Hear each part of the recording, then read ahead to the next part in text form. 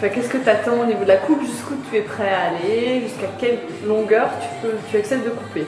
Alors, c'est vrai que là, je suis dans une phase où j'aimerais un peu de changement parce que ça fait à peu près 5 ans que je fais de l'esthétique. Donc, de par ma profession, j'étais obligée d'avoir les cheveux assez longs pour pouvoir faire des chignons et tout ça.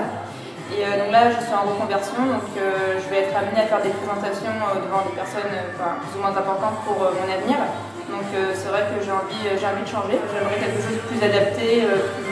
On dit souvent que aussi je suis plus jeune que mon âge, alors aussi peut-être quelque chose de plus élaboré. Et c'est vrai qu'avoir des longs cheveux, tu vois, tu as un visage très rond, angélique, et tout ça va dans le côté adolescent. Donc il va falloir un petit peu casser cette image peut-être pré-ado pour aller vers quelque chose de plus féminin. Et la féminité, ça passe pas forcément par la longueur. Maintenant, il faut respecter quand même ton ressenti, c'est-à-dire que tu as besoin d'avoir un toucher, d'avoir une certaine matière, mais il faut aller vers quelque chose d'un peu plus moderne et féminin pour vraiment aller vers une image plus structurée, plus moderne.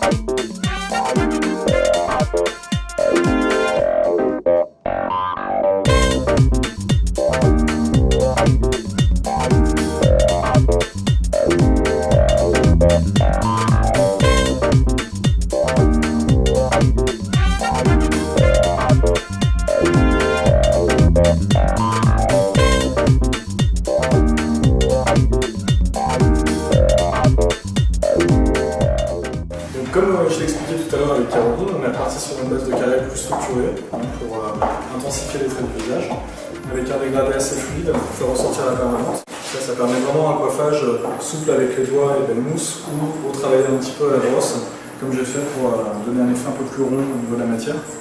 Au niveau de la couleur de base, on est reparti sur 2 tons plus foncés, donc on est vraiment sur un vrai châtain marron glacé, ce qui permet aussi d'avoir un bon raccord avec le sourcil et la carnation.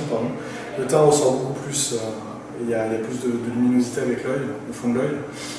C'est vrai que le souci, c'est que sur les vraies brunes, dès qu'on part sur des choses trop marron clair, on ternit un peu le teint, ça floute un peu la couleur des yeux, et ça ne dessine pas nécessairement toujours bien le contour du visage. Là, on voit vraiment que tout ressort maximum.